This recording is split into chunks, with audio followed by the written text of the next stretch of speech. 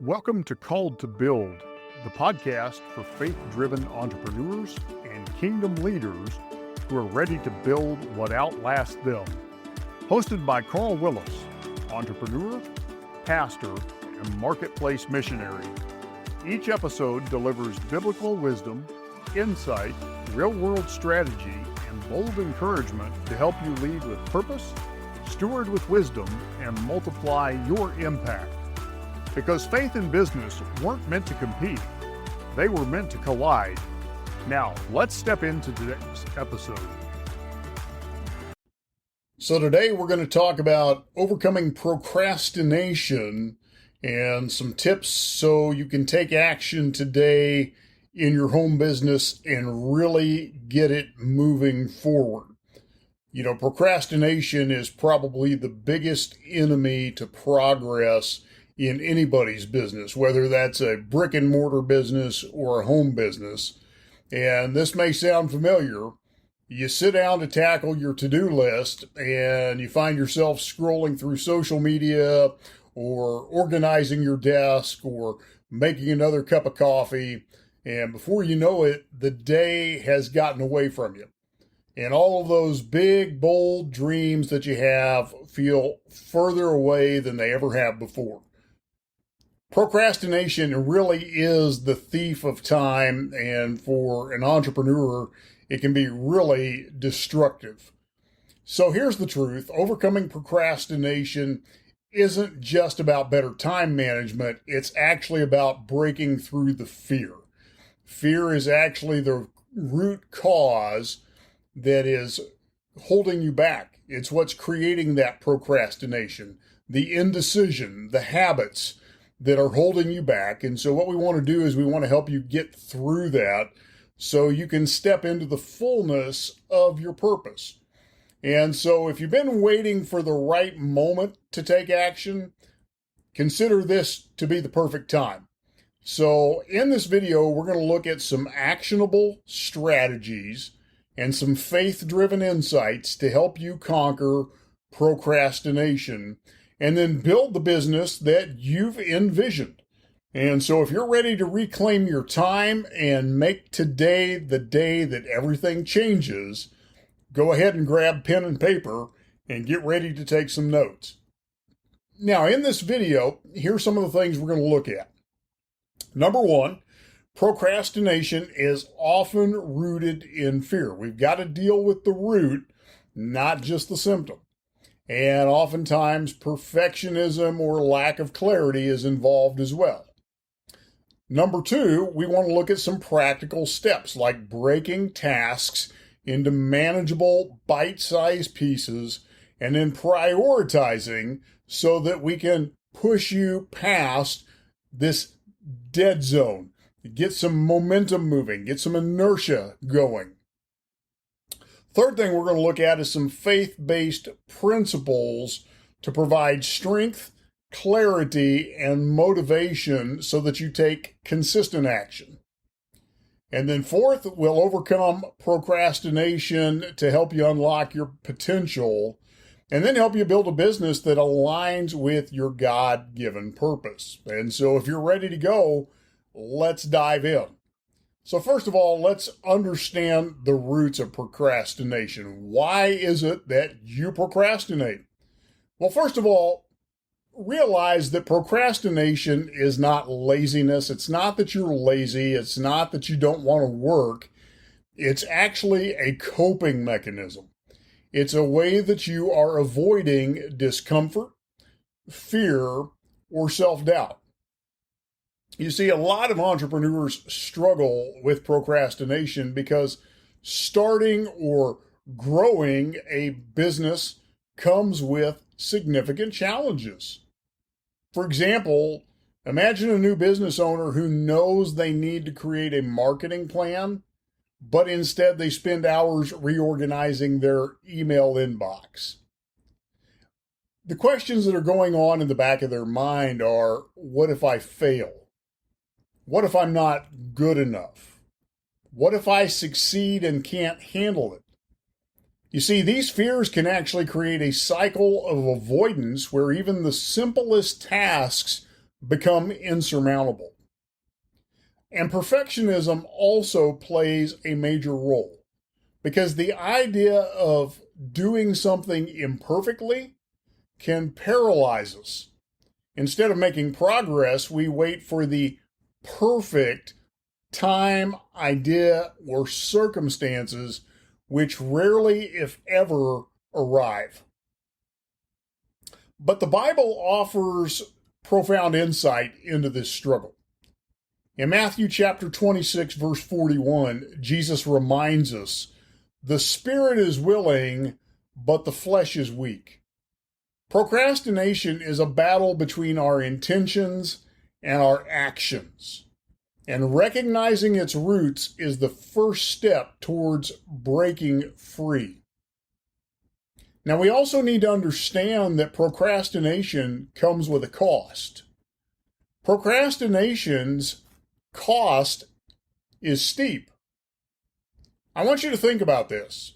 You've been delaying sending an important proposal to a potential client, and days now turn into weeks, and by the time you finally send it, the client has moved on. This missed opportunity doesn't just affect your revenue, it adds stress and regret, which weigh heavily on your motivation. And the emotional toll of procrastination can even make small tasks feel insurmountable. But the most significant cost is to your God-given purpose. Because every day you spend procrastinating is a day not spent walking in obedience to your true calling. Ephesians 5:16 reminds us to make the best use of the time because the days are evil. The good news is that breaking free from procrastination isn't just possible, it's transformative. And so let me give you some tips to overcome procrastination. First of all, clarify your vision and priorities. Clarity is one of the keys to breaking free. Because without a clear vision, it's easy to get stuck. So spend time defining your goals and understanding your real reason why. Why did you start your business? What impact are you hoping to make? And then write these down and revisit them often. When you write things down, they become more concrete. For example, one entrepreneur struggling with direction began each day by reviewing a simple list of 3 primary goals. And what this did is this practice not only refocused her energy, but it also helped her identify and eliminate unnecessary distractions. As Proverbs 29:18 says, where there is no vision, the people perish. Or depending on the translation, it says the people are unrestrained, meaning there are no guide rails to keep you focused. Because vision gives you direction, and direction eliminates distractions. Let me say that again. Vision gives you direction, and direction eliminates distractions. Number 2 is a principle you may have heard before: eat that frog. And this principle comes from Brian Tracy's famous productivity book. You want to tackle your most challenging or impactful task first thing each day. And when you take care of the hardest thing first, what you end up doing is building momentum and building confidence for the rest of your day. So be sure and eat that frog first thing. The most challenging thing on your list, take care of it first, and you'll build confidence and momentum to carry you through the rest of the day. Number 3, create a schedule for yourself and then set boundaries. Set specific work hours, even if you're working at your kitchen table, and be sure to protect that time fiercely. Eliminate distractions like unnecessary phone notifications, cluttered workspaces, and non-essential tasks. Now, I'm going to give you a few other hacks that I like. If you're using an iPhone or an Android, you've got the ability to set focus hours. So on my phone, I have work hours set where it's a work focus, and there are only certain people who are allowed to call through during those work hours. There are only certain people who are allowed to text through during those work hours so that the distractions are minimized. On my calendar, I use blocking. So instead of being driven by task, I operate in blocks of time. My biggest priorities are blocked out during the day. And so I use blocks to determine the highest and best use of my time throughout the day. And here's the fourth thing: leverage accountability. So partner with a mentor, a coach, or an accountability buddy who will check in on your progress. And then share your goals with someone else who can help create a sense of urgency and responsibility with you for getting those things done. I can tell you that the greatest growth I've had personally and professionally has come from working with mentors and coaches. In fact, I keep coaches and mentors in my life continually, and I'm always willing to pay for that guidance because they bring so much value to my life. I always get multiples in return of what I spend for that coaching and mentoring. Number 5, be sure and celebrate your small wins because big goals are achieved through small steps. So be sure and celebrate your progress, no matter how small that progress may be, because this is going to help keep you motivated, and it's going to remind you that progress is better than perfection. And then you want to practice self-compassion. Instead of beating yourself up for past procrastination, focus on what you can do today. Replace your negative self-talk with affirmations like, I am equipped to handle today's challenges. And the reason you know that is Philippians 4:13 reminds you, I can do all things through Christ who strengthens me. So don't beat yourself up. Reaffirm what Scripture says to you. With God's strength, with Jesus walking with you, you can make it through anything. And then, of course, you need to take faith-based action. So as we transition from practical steps, you now have to explore how you incorporate your faith into your daily routine. Because incorporating your faith will provide clarity, strength, and motivation. You see, faith-based action goes beyond simple productivity hacks. It grounds your efforts in your purpose, and it gives you divine guidance, moving beyond your own wisdom and understanding into God's wisdom and understanding. So you want to surrender your plans to God. Remember, commit your daily tasks to God and trust Him to guide you. Proverbs 16:3 encourages us, commit to the Lord whatever you do, and He will establish your plans. So start your day with prayer and then surrender.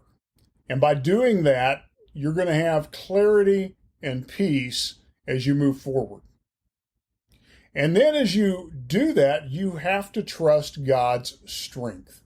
Remember, you don't have to do this alone. So when the road feels difficult, lean into God's promises. Isaiah chapter 41 verse 10 reminds us, fear not, for I am with you. You're not doing this by yourself. You're on a divine mission, and God is with you every step of the way. And then take bold, small steps. Just like Peter stepping out of the boat in Matthew 14:29, faith requires action.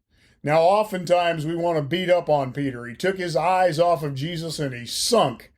But what we forget is he was the only one willing to step out of the boat. And for a moment in time, he walked upon the waves. He was willing to take the first step. You see, each small step brings you closer to your goals and demonstrates that you trust in God's provision. Now, there are some practical tools for staying on track. Use task management tools. Apps like Asana, Trello, or Monday.com can help you organize your task. These are versatile and they can help you break down larger goals into smaller, more actionable steps. On our business, we use ClickUp. It's a project management system that our whole team uses, and we use that for all of our projects. Use time blocking. I mentioned this earlier. This is something that I do. Dedicate blocks of time to specific tasks and stick to the schedule. What this method will do is it'll ensure that you allocate focused time for your priorities. As a business owner, the highest and best use of your time is income-producing activities. What is going to move your business forward? Use visual reminders. Create a vision board or display scripture verses near your workspace to keep you inspired and aligned with your goals. If you need something helpful, in the Home Business Academy, there is actually a goal program. It's $10 a month. And so you can click the link that's going to be below this video, and that's part of the Home Business Academy. So if you're wanting to learn how to start your business online, that's one of the tools in there, $10 a month. It's got a vision board, journaling, scheduling. All of these tools are built into that. Something you may want. And the Focus app, which is the next thing we're going to talk about, is part of that. So you can use tools like Forest or Focus to help you maintain concentration. These apps will help you stay engaged and minimize distractions during work hours. Like I said, iPhone, Androids all have settings for that as well. Use those to your advantage. And then be sure and plan breaks. Incorporate rest into your day to avoid burnout. Exodus 20 verses 8 through 10 talk about the importance of rest. Strategic breaks are going to boost your productivity and help you to return to tasks with renewed energy. And don't just take a rest, take time to get a little exercise. Go take a 20-minute walk. Go take an hour-long walk, 30-minute walk. Get some movement into your day. And so as we wrap up, remember, procrastination is not a permanent roadblock. It's a hurdle that you can overcome with clarity, faith, and practical action. And when you understand its roots, breaking tasks into manageable steps and leaning on God's strength, you can build momentum and achieve the success that you are capable of. Now remember, you don't have to be perfect at this. You simply have to start. Do something. So here's the challenge. Write down your top priority for today and commit it to God in prayer. Then take the first step toward completing it. Thanks for tuning in to today's video, and I look forward to talking with you again soon. Thanks for tuning in to Called to Build. If this episode challenged or encouraged you, take a moment to subscribe, leave a review, and share it with another faith-driven leader who's ready to rise. To go deeper, visit carlwillis.com for tools, training, and resources that will help you lead with purpose, steward with wisdom, and build what outlasts you. Remember, you weren't called to compete, you were called to build. Until next time, keep building what matters.